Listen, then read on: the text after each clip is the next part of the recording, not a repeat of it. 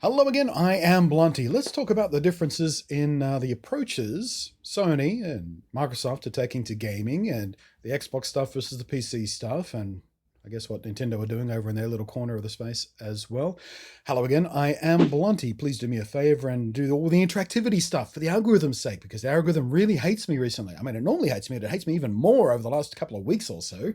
It's driving me insane. So please, for the love of God, leave a comment. Any comment. I don't care anymore. Do a thumb. Make sure the bell is struck. Make sure you get notified. It's just do help. Help. Basically.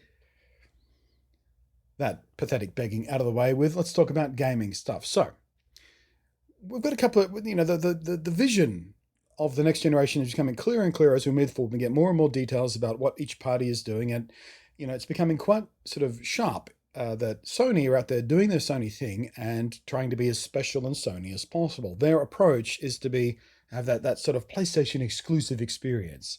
And that includes, PlayStation exclusive games, of course, because that's one of the biggest selling points that, PlayStation fanboys will tell you about. Oh, we got all the special games. Well, you do for a little while. I just put on my PC Gamer smug face for a second about, not your exclusive games not actually being exclusive permanently, because, there's that Walking Simulator one, and there's the one with the robot dinosaurs, and PC players are playing those, and you buy a PlayStation for the exclusive games, God of War and Spider-Man and Ghost of Tsushima. And if you're interested in that game, haven't pulled the trigger yet, I will be streaming that cross-promotion time over on my Twitch channel, twitch.tv/bluntnate. We'll be doing that at the regularly scheduled Friday stream time tomorrow, Thursday for some of you, because that's the way the dateline works. But there's a schedule thing that should automatically update for your local thing on the actual Twitch page, so you can check that out. So if you're curious about the game, don't have a PlayStation or just haven't pulled the trigger yet, come along, watch me play, talk to me about it as we're playing it. We'll try and figure it out together, because I'm really looking forward to it. And Ghost of Tsushima is regarded as being sort of the last of the great PlayStation 4 exclusives. From here on in, it'll either be PlayStation 4 and PlayStation 5, or in that transition to PlayStation 5 to PlayStation 5 exclusives themselves. But it's all focused around that PlayStation experience. PlayStation want to be PlayStation. They want to be special. They want to be a little island all of their own, or just experiences and things you can only get on PlayStation. Sometimes it's something as simple as exclusive cosmetic items, like Dauntless. When Dauntless launched on the consoles, PlayStation threw some money at them to have exclusive skins for the PlayStation version, all the way through to, just having the better version of the game, for example, the better performing version, or has, whatever it is. And it even comes down to things like the PlayStation VR. Obviously, Xbox don't do VR. They're kind of shrugging out. I made a video all about this, how Phil Spencer's like, this is whiffing on VR. They have the technology to do VR in Windows mixed reality headsets and everything. It's sitting there ready to use, basically plug and play, and they won't implement it for whatever reason. There's a whole video. I'll link to it down below. But, that's an exclusive PlayStation thing too. The only console with super easy to use VR. Just plug it in, slap it on, away you go. I mean, the controllers are awful and terrible, and the headsets, but the new version of PlayStation VR that will come along with PlayStation 5 inevitably is looking very promising. A few months back, we had a leak of about a patent on some new controllers they're working on, which includes much better and much more sophisticated tracking technology, so they won't be jank anymore, and also very sophisticated things like finger tracking, which is super duper fun in VR if you haven't tried that yet. So instead of just the basic point and click stuff, you can make gestures and things like that and grab stuff, and it's really cool. So I'm looking forward to seeing what happens with that as far as PlayStation 5 goes as well. But again, that all wraps into that, once more, that specialness that is PlayStation. Microsoft, on the other hand, are out there being as broad as possible. They don't want to be special, singular hardware. They just want to be, hey, gamers, go game. Over here and over there and over there, go game. This is just Xbox stuff. And we've seen this sort of come more and more into focus in the sort of cross-compatibility, cross-play, cross-buy kind of stuff that Xbox have been doing recently with their first-party titles and PC and Xbox. You buy one, you get both versions, and you can play with people on either platform and things like that. And with the Xbox Series X coming out, we're seeing that taking the next step forward, because they've just started changing their branding on things like the box art for Far Cry 6, for example, that we've most recently seen. It's just Xbox. It's just branded Xbox. It's not branded Xbox One or One S or One X or Xbox Series X or whatever. It's just Xbox.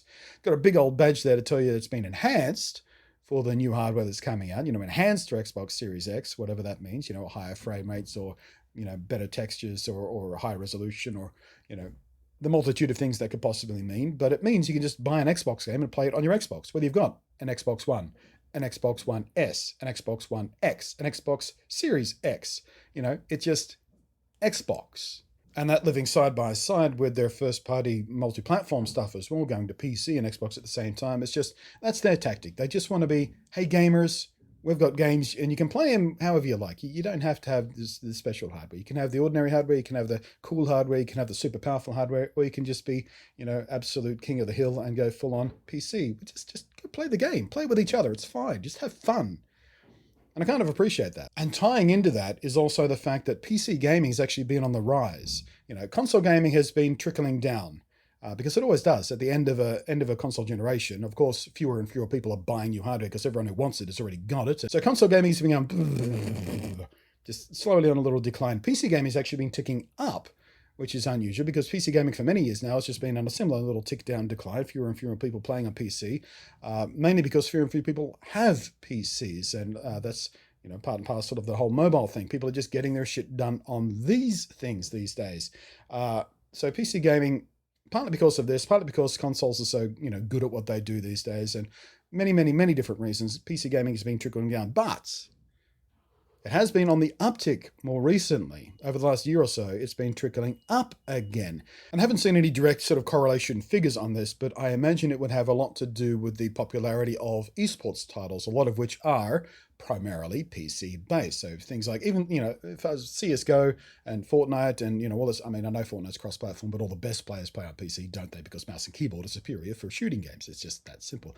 But, all across those kind of esport things, most of them, a huge majority of them happen on PC or happen best on PC. So that's been driving more and more kids to dive back into PC gaming.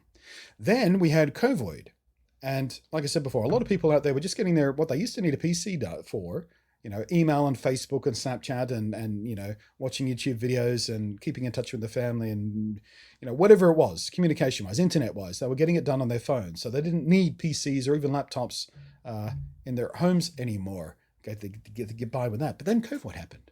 But now that more and more people are having to work from home, they need PCs again because working from home from this is either impossible or wildly impractical, depending on what your job is. So they're buying hardware again, and hardware is on the rise, which means what are you going to do with your hardware after your workday is done? You've done your spreadsheet stuff, you've done your video teleconference with the team, you've done whatever you need to do.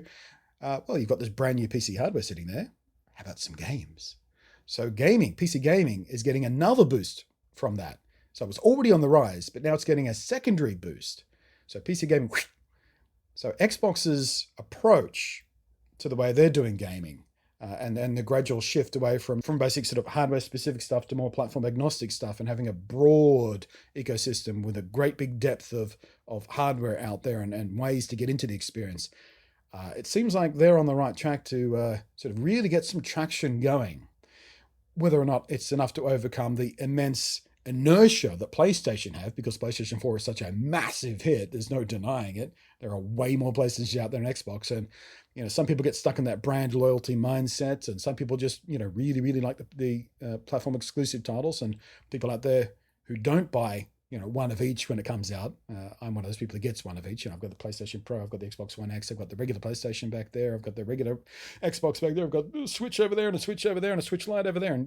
But there are a lot more normies out there who just get one. So now the argument becomes about, well, how important are these generally single player exclusive experiences, like your God of War, like your Spider-Man, like your Ghost of Tsushima, versus how important is it your social gaming experience?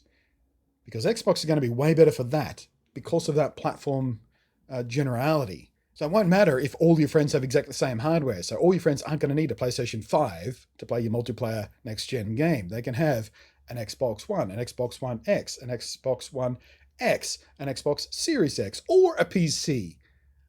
And that's going to make that sort of experience much easier. And given the increase and drive of multiplayer experience games, whether they be true MMOs or just the stuff like, Star Wars Squadrons, which is, small teams. Xbox is standing on some terrifically strong foundations to move into that space. Meanwhile, Nintendo over in the corner doing their own little Nintendo thing and having their unique little Nintendo experiences, which is fantastic as far as I'm concerned. I really like where gaming is sitting at the moment because we've got all three of the major players all going about things in very different ways.